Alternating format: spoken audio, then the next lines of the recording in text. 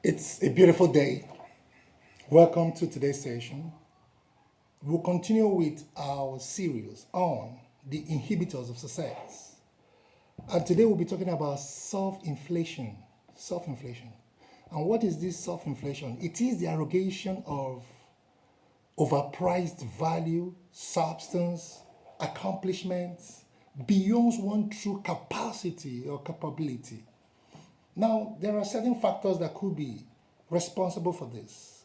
Part of them is ego, that feeling of superiority. The next is pride, that feeling of being on top of everybody. Arrogance, believing that nobody has the capacity to challenge, call to order, or to correct you.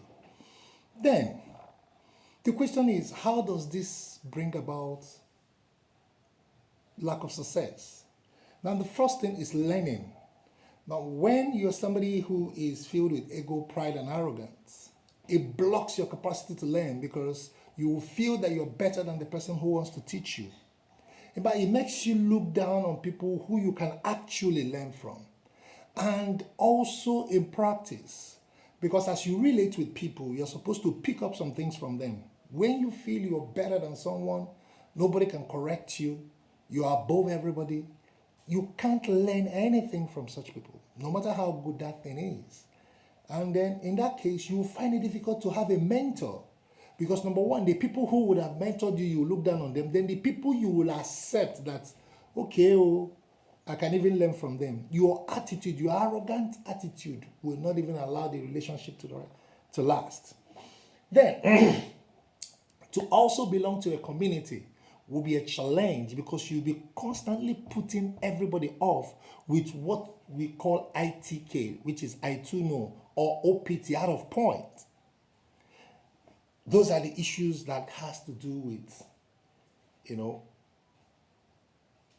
having self-inflation. We could call it self-aggrandizement, but I call it self-inflation because that is an overvalued. Because inflation is for you to increase, let's say, the exchange rate of a thing without necessarily increasing its corresponding value.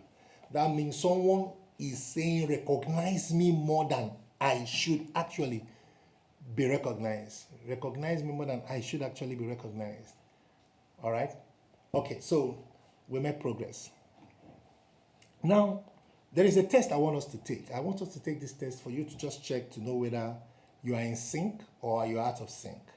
So let's test the concept of self-inflation, where you are arrogate over importance, where you elevate yourself beyond the status you know where you are, to when you are confident, like you have self-esteem, you have some sense of self-worth over self-inflation. Now, the test is this. A confident person has an opinion. It means that if there is any subject matter being discussed, he has an opinion to offer. But he knows in his wisdom that the concept that is being discussed is not limited predominantly to his own personal opinion, because he understands that the onus to speak lies on the one who is talking, while the onus of listening lies to the one whose ears are open. Because the one who speaks less learns more than the one who talks more. So he understands it. So he knows that it is not about what he has said, but about other people's opinion. So number one, he has an opinion. Number two, he's patient enough. He's patient to hear other people's opinion of that subject matter. He's patient to hear other people's opinion of that subject matter. All right? Then he is humble enough to accept it if it is a superior argument. Because the test is for you to know if you have self-inflation. He's humble enough to accept a superior argument. That means, oh, this thing I'm thinking, this thing I'm holding on to, this one is actually better. This one serves more.